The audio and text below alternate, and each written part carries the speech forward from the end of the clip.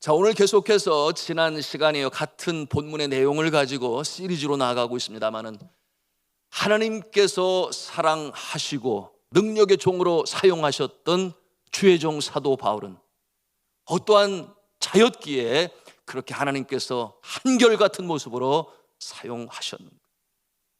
선한 싸움을 다 싸우고 달려갈 길을 다 마치고, 또한 주께서 주신 믿음으로 지켜 의의 면류관을 받아 쓰게 된 주의 종 사도 바울의 모습, 우리가 볼 때 그 모습이 얼마나 부러운지 몰라요. 특별히 저는 그렇습니다. 선교사로서 헌신하고 기도하며 준비할 때에 제2의 사도 바울이 되게 하여 주옵소서 주님 앞에 간절히 기도하고, 그런 거 하면은 이분이 도대체 어떠한 분인가, 아주 디테일하게 이런저런 주경 다 펼쳐놓고 이분에 대해서 연구를 했습니다만, 연구가 중요한 게 아니죠. 연구가 중요한 게 아니라 정말 그와 같은 모습으로 살아가느냐 하는 다짐과 결단이 필요한 것인데, 여러분 아시는 대로 이 사도 바울은 위대한 선교사요, 탁월한 신학자요, 훌륭한 목회자요, 그런가 하면 영광스러운 순교자였습니다. 그러므로 오고 오는 세대에 그와 같은 모습을 담고자 하는, 여러분 주의 종들이 얼마나 많았는지 알 수가 없어요. 여러분, 그처럼 하나님께서 귀하게 쓰임받았던 이 사도 바울에 대하여 그런 궁금해하지 않을 수가 없습니다. 어떻게 그렇게 한결같은 모습으로 주님을 섬길 수 있었는지, 그 환난과 핍박 속에서도 결코 흔들림이 없이, 요동함이 없이 내려가 본 적이 한 번도 없어요. 늘 독수리가 날개춤이 올라감 같이 여호와를 앙망하는 자의 모습으로, 달려가도 피곤치 아니하고 걸어가도 곤비치 아니한 그와 같은 모습으로, 그야말로 불길 같은, 불꽃 같은 인생으로 살아간 사도 바울의 모습을 대할 때 우리가 그 영성을 담고 싶어요. 여러분, 영성이라고 하는 것은 영적인 성품이라 그렇게 표현할 수 있겠는데요, 하나님께서는 또 어떻게 그렇게 이 사도 바울에게 능력으로 함께 하시니, 권능으로 함께 하시니, 저가 증거하는 말씀을 통해 수많은 이방인들이 주님 앞에 돌아오게 되었고, 그런가 하면은 저가 선포할 때에 귀신이 도망을 치고, 또한 저가 기도할 때에 병자가 일어나고, 이와 같은 일들로 인하여 얼마나 많은 사람들이 주님 앞에 돌아왔는지, 착고가 그를 채워놓지 못하고 감옥이 그를 가둬두지 못하고, 그 안에서도 찬송을 부를 때에 옥토가 흔들리는, 그러므로 문이 열리고 착고가 열리는 놀라운 일을 감당했던 이 사도 바울, 우리가 그의 모습을 생각할 때마다 정말 의아해하지 않을 수 없고 경이롭지 않을 수가 없고, 그와 같은 영성으로 살아갈 수 있다면 얼마나 좋을까, 이런 생각을 하지 않을 수가 없습니다. 우리는 사도행전 20장 17절로 24절의 이 사도 바울의 스스로 고백하는 것입니다. 그의 고백, 그 표현 속에 담겨져 있는 그의 영성을 찾을 수가 있으니, 우리가 그와 같은 내용들을 이렇게 금요일 밤마다 함께 묵상하며 우리도 그와 같은 영성을 갖기를 원합니다 하는 그와 같은 바람을 가지고 말씀을 묵상하고 있습니다. 자, 그 모습의 첫 번째 모습은 어떠한 모습이라고 그랬습니까? 우리가 지난 시간에 함께 나눴는데요, 그것은 한결같은 모습이다 그랬어요. 한결같은 모습. 그러니까 지난 시간에 함께 보았는데요, 잠깐 복습을 할까요? 사도행전 20장 18절에 기록된 바 뭐라고 그랬습니까? 오매 그들에게 말하되 아시아에 들어온 첫날부터 지금까지 내가 항상 여러분 가운데서 어떻게 행하였는지를 여러분도 아는 바니, 이렇게 말씀하고 있어요. 여러분, 이 말씀 속에서 첫날부터 지금까지 항상, 여러분 이 단어가 표현해주고 있는 내용이 어떠한 모습이겠습니까? 초지일관, 시종일관, 변함이 없이, 높고 낮음이 없이, 업 앤 다운이 없이, 그렇게 말씀드린 것처럼 독수리가 날개춤이 올라감 같이 그와 같은 모습으로 시종일관 행했던 이 사도 바울의 모습, 바로 우리가 부러워하고 또 닮아야 할 영성인 것이죠. 여러분 정말 그렇지 않아요? 주를 섬긴다고 하면서 얼마나 기복이 심한지. 말씀드린 것처럼 어떤 분들은 이게 방학인지 아니면은 일상 업무인지. 일상 업무보다 방학이 더 길어요. 어떨 때 그래요? 주를 섬길 때 그렇다 그 말이에요. 그래서 방학이 길어서 주름 전에 나오는 그 시간이 점점점 띄엄띄엄 하다가, 여러분 이와 같은 모습은 아닌데요. 첫사랑이 식어지고 차갑게 변해져 버린 우리의 모습을 바라보면서 우리 스스로가 안타까움을 느끼고 그것이 아픔이 되고 눈물이 되어 주님 앞에 통해 자복할 때도 있습니다. 기복이 심한 것이죠. 한결같은 모습으로 주를 사랑하는 모습을 우리가 가질 수 있다면 이처럼 행복자는 없을 거예요. 그와 같은 모습을 하나님께서는 또 얼마나 어여삐 여기시겠습니까? 그와 같은 인생으로 살아갈 수 있는 우리 산돌의 성도들이 되시기를 주님의 이름으로 축원합니다. 여러분, 이 직분자의 또는 사명자의 가장 큰 허물이란 어떠한 모습일까요? 사랑으로 시작하였다가 미움으로 마치고, 성령으로 시작하였다가 육신의 정욕으로 마치고 마는 그와 같은 모습이 가장 아프고 슬픈 모습이라 할 수 있겠습니다. 우리가 한결같은 모습으로 주를 사랑해야 한다면 어떻게 해야 한다고 그랬어요? 오늘날 이 시대에 우리가 꼭 지켜야 할 세 가지 믿음의 요소에 대해서 말씀을 드렸는데요. 여러분 기억하십니까? 네, 날씨가 더워서 그렇다고 제가 봐드리겠습니다.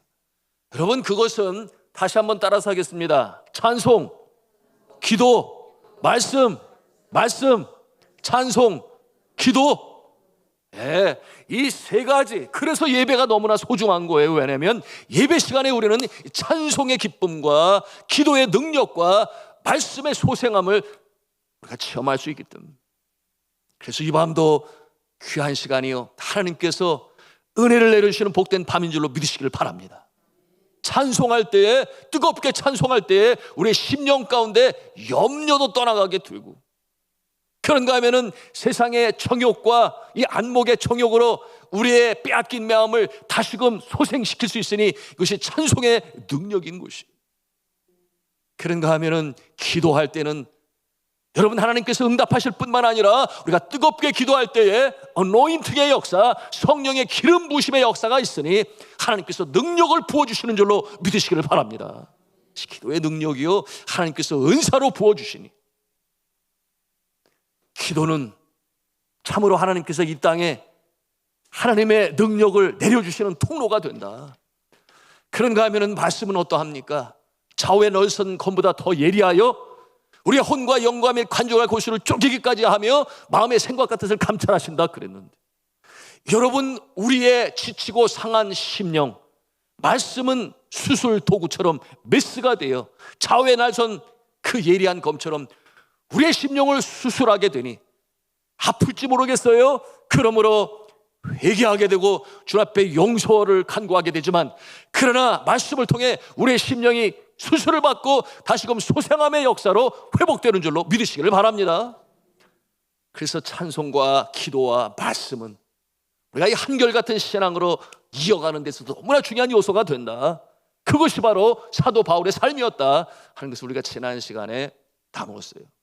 두 번째로 오늘 말씀을 통해서 우리가 배우고자, 또한 삶 속에 실천하고자 하는 사도 바울의 영적인 성품, 영성이 있으니 한번 따라서 하겠습니다. 겸손해야 한다. 자, 우리 19절 말씀을 함께 읽겠습니다. 19절입니다. 시작. 곧 모든 겸손과 눈물이며 유대인의 간계를 인하여 당한 시험을 참고 주를 섬긴 것과. 아멘. 모든 겸손이라고 말씀하고 있습니다. 들어온 첫날부터 항상 지금까지 변함없이 겸손하였다. 이렇게 오늘 사도 바울은 그를 배웅하며 이제 다시 만날 그날을 기약하지 못하니 슬픔 중에 있는 그들에게 어떻게 주를 섬긴 것과 하는 것을 전하면서 곧 모든 겸손이라고 그렇게 증언하고 있는 것입니다. 여러분, 이 겸손은 성경에서 다양한 모습으로 표현이 되고 있는데, 자기보다 남을 더 낮게 여기는 것이다. 그런가 하면은 내가 남보다 더 낮은 자리에 앉는 것이다. 이와 같은 모습으로 표현을 합니다. 저는 이 겸손이라는 단어를 개인적으로 쉽게 이해하고 있습니다만은, 그것은 뭐냐 하면 겸손이란 배우는 자의 자리에 서는 것이다. 내가 아직도 배울 것이 있다. 하나님으로부터는 당연하지만 사람으로부터도 여전히 배울 것이 있으며, 우리가 지난 주간에 어린아이들의 그 재롱 잔치를 보면서도 말씀으로 나눴습니다마는, 어린아이들의 그 순수한 모습과 주를 전적으로 의지하고 전적으로 신뢰하는, 부모를 그렇게 신뢰하고 의지하고 순수한 모습이 있겠죠. 우리가 어린아이들로부터 배울 것도 있다. 그것이 바로 겸손이다, 그렇게 여기고 있습니다. 여러분, 경영의 규제로 일컬어지는 일본의 마쓰시다 고노스케라고 하는 분이 계십니다. 그가 이와 같은 고백을 했어요. 나는 하나님이 주신 세 가지 은혜 덕분에 크게 성공할 수 있었는데, 첫째는 집이 몹시 가난했기 때문에 어릴 적부터 구두 닦기, 신문팔이, 그와 같은 고생을 하는 사이에 세상을 살아가는 데 필요한 많은 경험을 하게 되었고, 두 번째로 태어났을 때 몸이 몹시 약해서 항상 운동에 심써왔기 때문에 늙어서도 건강하게 지낼 수가 있게 되었습니다.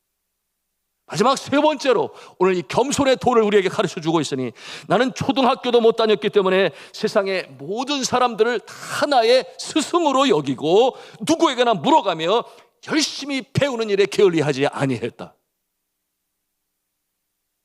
나는 초등학교도 제대로 나오지 못했기 때문에 모든 사람들로부터 내가 배울 것이 있음을 깨달아 늘 겸손한 자세로 그들로부터 물어가며 그들이 바라는 것을 열심히 배우는 일에 게을리하지 아니에요. 여러분이 겸손이란 이처럼 배우는 자의 자세를 갖는 것인데요, 여러분 이와 같은 마음으로 날마다 성장해 가시기를 저는 주님의 이름으로 축복합니다. 바울은 겸손한 자였죠. 이 겸손은 곧 예수님의 마음이요 은혜를 받는 기존 통로가 되는 줄로 믿으시기를 바랍니다. 겸손한 자에게 은혜가 임하게 되어 있어요. 결코 교만한 자에게 은혜가 임하지 않습니다. 여러분, 이와 같은 진리의 말씀, 사도 바울의 영성을 볼 때 우리가 우리 모습을 살필 수 있어야 돼요. 특별히 교회 생활을 오래 해오신 분들 가운데, 나는 설립 때부터 우리 교회에 주의 몸된 교회를 섬겨왔어, 이와 같은 마음을 가지고 있는 모습이다. 먼저 된 자가 나중될 수 있다. 여러분, 그와 같은 말씀은 괜히 주시는 말씀이 아니에요. 우리는 날마다 자라나야 된다, 성숙해야 된다, 성장해 가야 된다, 날마다 주님 안에 자라날 수 있어야 된다. 여러분, 그와 같은 마음을 가지셔서 여러분 독수리가 날개치며 올라갔던 그와 같은 성숙 성장의 역사가 계속적으로 있기를 저는 주님의 이름으로 축복합니다. 자, 이 겸손의 최고의 본을 보이신 분이 누구신가? 예수님 아니시겠습니까? 우리가 빌립보서 2장을 통해서 익히 잘 알고 있어요. 어떻게 겸손하셨는가? 빌립보서 2장 5절에서 8절에 있는 말씀에 우리가 함께 보기를 원하는데요, 같이 천천히 읽겠습니다. 시작. 너희 안에 이 마음을 품으라. 곧 그리스도 예수의 마음이니 그는 근본 하나님의 본체시나 하나님과 동등됨을 취할 것으로 여기지 아니하시고 오히려 자기를 비워 종의 형체를 가지사 사람들과 같이 되셨고 사람의 모양으로 나타나 자기를 낮추시고 죽기까지 복종하셨으니 곧 십자가에 죽으심이라. 아멘. 하나님과 동등됨을 취할 그와 같은 위치에 계신 분이 그렇게 여기지 아니하시고 자기를 비어 종의 형체를 가지셨다. 죽기까지 복종하셨으니 자신을 낮추셔서 사람의 형체를 가지시고, 그러므로 이 세상 연약한 자들과 함께 최후하시고 통고하시고 함께 느끼시고 함께 통고하시고, 여러분 이와 같은 이 모습을 통해 진정한 겸손의 모습이 바로 예수님을 통해서 우리에게 보여주셨다 하는 것을 우리가 발견합니다. 여러분, 사도 바울이 그렇게 쉽게 겸손할 수 있나요? 그가 가지고 있는 이 생득적인 모습이 그렇지가 않아요. 유대인 중에 유대인이요. 그런가 하면은 저는 로마의 시민권을 가지고 있었으니 아마도 오늘날 미국 시민권이 아닐까, 저는 그렇게 생각을 해봅니다만은 그거보다는 2배, 3배 더 특권이 많은 로마의 시민권을 가지고 있는 자였어. 그런가 하면은 가멜리엘 문화성으로서, 그런가 하면은 율법에 능통한 그와 같은 유대인 중에 유대인의 모습으로 율법을 아주 철저히 잘 지키고 알았던 그와 같은 모습이었어요. 그런가 하면은 그는 언어에 능통하지 않았습니까? 선교사들이 제일 부러워하는 모습이 사도 바울의 이와 같은 모습인데요. 저는 타르수스라고 하는 다소 지방 출신이니 헬라에 능통하였고, 그러니 그처럼 그가 적은 서신들이 신약 성경이 되었다. 신학적으로 오류가 없고 물론 하나님의 감동으로 되어진 것입니다. 그런가 하면 아람어와 히브리어에 능통하여 어디 가든지 입술을 열어 주의 복음을, 십자가의 도를 전할 수 있었으니, 여러분, 그가 참 겸손하기란 쉽지 않아요. 그의 능력이 또 얼마나 대단했습니까? 그의 앞치마를 병자에 얹은 즉 나으니라. 여러분, 그는 죽은 자까지 유독을 살리는 놀라운 역사를 일으켰으니 참 겸손하기가 너무나 힘들어요. 오늘날 주의 종들 가운데 그와 같은 모습이 된다면, 여러분, 우리는 너무나 잘 알고 있어요. 이단의 교수들이 그와 같은 모습들 아니었나요? 병자를 살리는 신의 역사가 나타나기 시작하니 겸손은 어느새 사라지고 마지막에는 백마를 탄 그 모습으로 사진을 찍지를 않나. 여러분, 사도 바울은 그러나 겸손했으니 아시아에 들어온 그 첫날부터 지금까지 항상 곧 모든 겸손과라고 말씀을 하고 있으니, 여러분, 하나님께서 사용하시지 아니하실 수가 없는 것입니다. 그는 고백을 해요. 뭐라고 고백을 하는가? 고린도전서 15장 9절에는 나는 사도 중에 작은 자입니다, 그렇게 고백을 합니다. 나는 사도 중에 작은 자다. 여러분, 사도 중에 그가 작은 자입니까? 그가 못한 것이 무엇이 있습니까? 구약 성경을 제대로 모릅니까? 다른 제자들에 비하여 말이에요. 그런데 사도 중에 나는 작은 자입니다. 세월이 가고 시간이 갈수록 그의 겸손도 함께 깊어가게 되었으니 에베소서 3장 8절에는 뭐라고 말씀을 합니까? 나는 성도 중에 작은 자입니다, 그렇게 그가 고백을 해요. 나는 성도 중에 작은 자입니다. 우리 한번 에베소서 이 띄운 말씀을 함께 읽을까요? 같이 읽겠습니다. 시작. 모든 성도 중에 지극히 작은 자보다 더 작은 나에게 은혜를 주신 것은 측량할 수 없는 그리스도의 풍성함을 이방인에 전하게 하시고. 아멘. 이제는 사도와 비교하지 아니하고 이제는 성도들 가운데 자신을 비교하여, 왜 그렇습니까? 자신은 과거에 주님의 마음을 너무 아프게 했던 그와 같은 전과자의 모습이 되기 때문에, 일반 성도들은 그러지 아니했는데 나는 그런 과거가 있으니 내가 그 사랑의 빛을 갚기에는 더 많이 노력하고 수고하고 애써야 된다. 나는 성도들보다 나은 것이 조금도 없다. 이와 같은 겸손의 마음을 가졌습니다. 그리고 세월이 흘러 저가 주님 앞에 이제 안기게 될 그 하늘을 바라보게 될 때 그의 겸손은 더 깊고 깊어지게 되었으니, 여러분, 디모데전서 1장 15절에 그는 뭐라고 말하고 있는가? 나는 죄인 중에 괴수입니다, 그와 같은 고백을 해요. 이제는 사도가 아니에요, 성도가 아니에요, 죄인들 중에서 나는 가장 으뜸가는 죄인, 괴수입니다, 이처럼 표현을 하고 있으니, 여러분, 우리가 세월이 가고 신앙생활이 더 깊어져 가고 실력이 쌓여져 가고 그러는 가운데 이 겸손을 유지할 수 있다면 하나님께서 그와 같은 인생 반드시 크게 들어 놀라운 주의 영광의 역사로 사용하실 줄로 믿으시기를 바랍니다. 자, 그의 생의 종말이 다가올수록 발전되어져 더 깊어가자는 이와 같은 겸손은 결국 그의 선교 현장을 더욱더 넓히며 역동적으로 하나님의 놀라운 역사를 이루어나가는 하나님의 종이 될 수 있었던 것입니다. 자, 우리가 이와 같은 겸손을 유지할 수 있어야 하는데요, 여러분, 사도 바울의 영성 첫 번째, 늘 한결같은 모습이다. 두 번째, 모든 겸손의 모습. 우리 세 번째 모습을 살펴보기를 원하는데요, 그것은 우리 한음성을 합니다. 눈물입니다. 그것은 눈물이에요. 오늘 말씀 19절에 말씀하지 않습니까? 곧 모든 겸손과 눈물이며, 그렇게 말씀하고 있어요. 모든 겸손과 눈물입니다. 여러분, 말씀으로 나눴습니다. 우리 인간에게 가장 고귀한 액체 세 가지가 있다면 그것은 땀과 눈물과 피라고 그랬어요. 인생의 인류의 역사 가운데 새로운 역사의 물꼬를 터는 일에 이 세 가지가 없이는 된 일이 없어요. 여러분, 땀은 숭고한 노동의 표상이라 그랬습니다. 그런가 하면 눈물은 진실의 상징이라 그랬습니다. 그런가 하면 피는 헌신의 상징이라 했습니다. 여러분, 어떠한 혁격한 일을 이루었을 때 이 세 가지가 뿌려지지 않은 채 거둔 모습이라면 그것은 몰입해가, 그것은 노력이 없이, 그것은 수고 없이 되어진 것이니 그 마음에는 보람이 없으며 그것은 결코 그와 같은 일을 이룬 인간을 성숙시키지를 아니합니다. 그러므로 이 숭고한 인간이 흘릴 수 있는 이 세 가지 액체, 그 중에 이 눈물이라고 하는 것은 특별히 주의 종, 직분자, 사명을 가진 자에게 너무나 필요하고 필요한 것이니 오늘 이 사도 바울은 눈물이라고 그랬습니다. 여러분, 이 사역자, 직분자, 사명자의 마음이 늘 메마른 황야와 같이 폴폴 나는 이 먼지와 날리고 있다면 여러분, 그 마음에는 영혼을 사랑하는 마음은 이미 없어진 것이니 늘 우리 직분자의 마음은 젖어 있어야 합니다.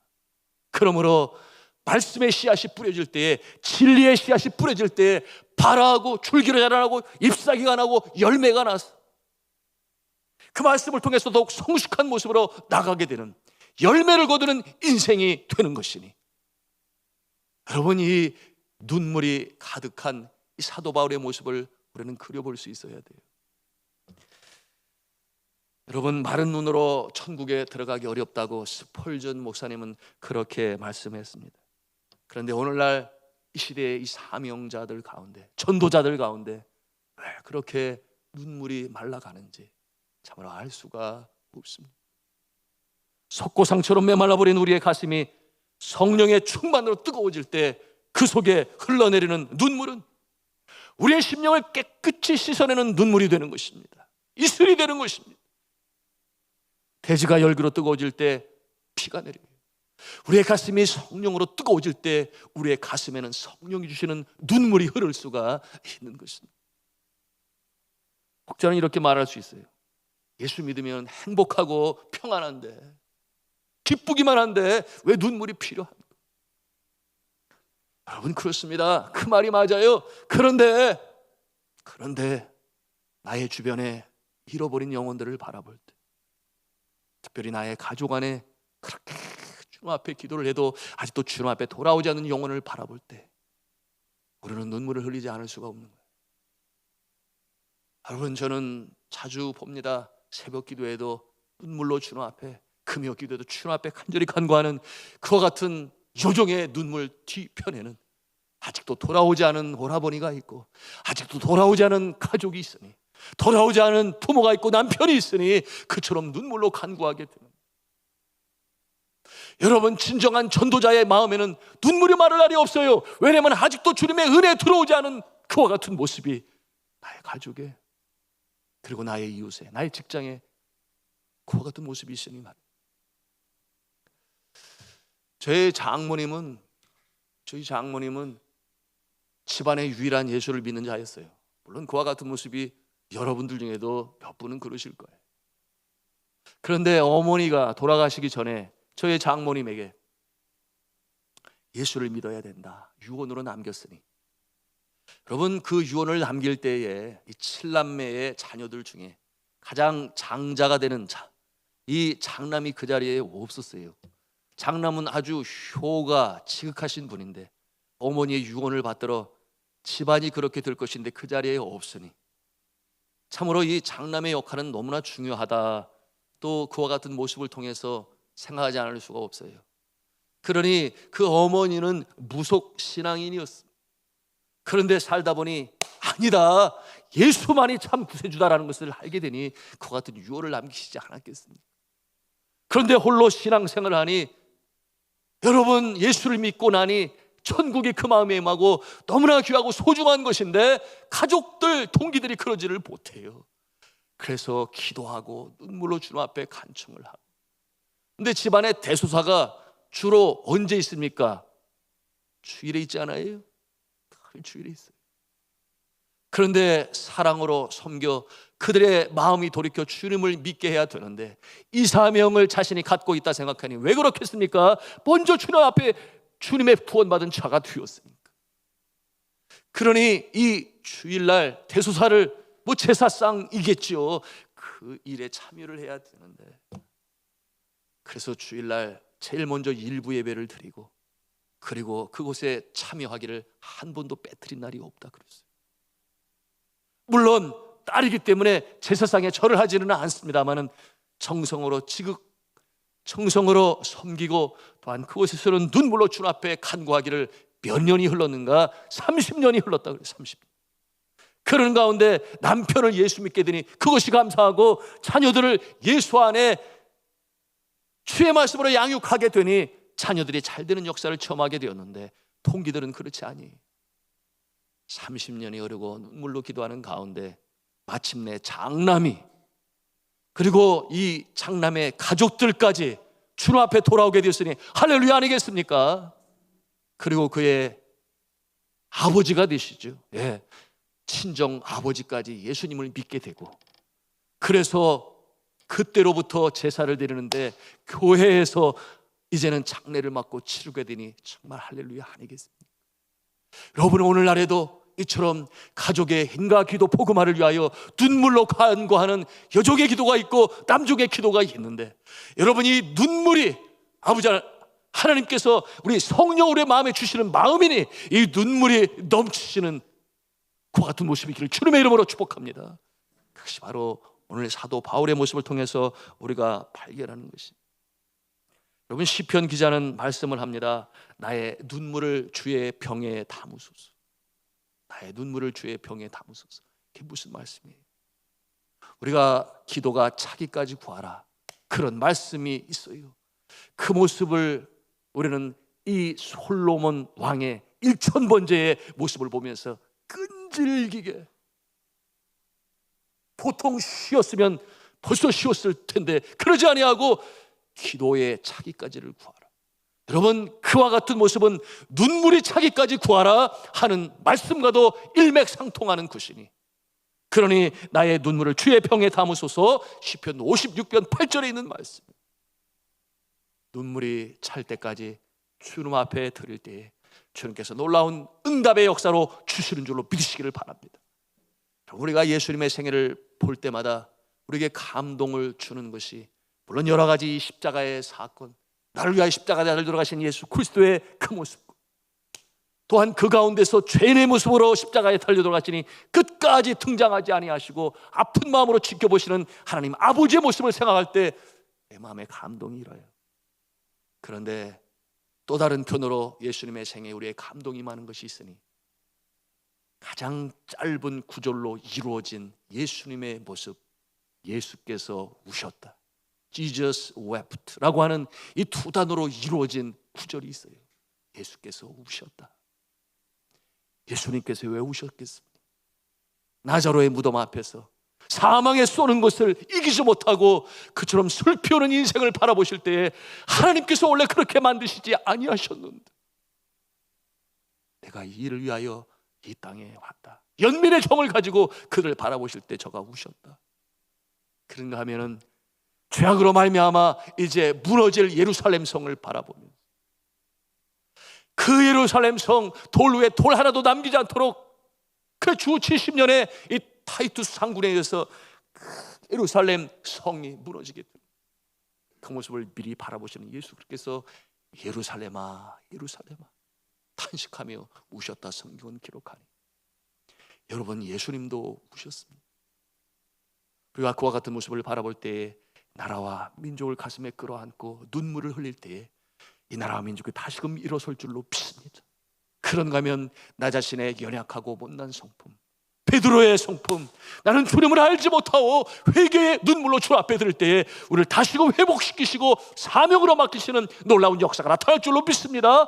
그런가 하면 사도 바울의 눈물, 잃어버린 영혼들을 바라볼 때마다, 그런가 하면 오늘 주시는 말씀에 이어지는 말씀이 뭐예요? 유대인의 관계로 인하여 당한 시험을 참고 주를 섬기는 모습이 나타나는, 그처럼 어려움이 임할 때에 주님 앞에 눈물로 하소연을 하고, 나의 사랑하는 동족입니다, 저들이 구원받기를 원합니다, 생명을 무릅쓰고 마지막에 예루살렘을 경유하고 로마로 갔던 사도 바울의 그 눈물 어린 심정이 그렇게 기록이 되어 있어요.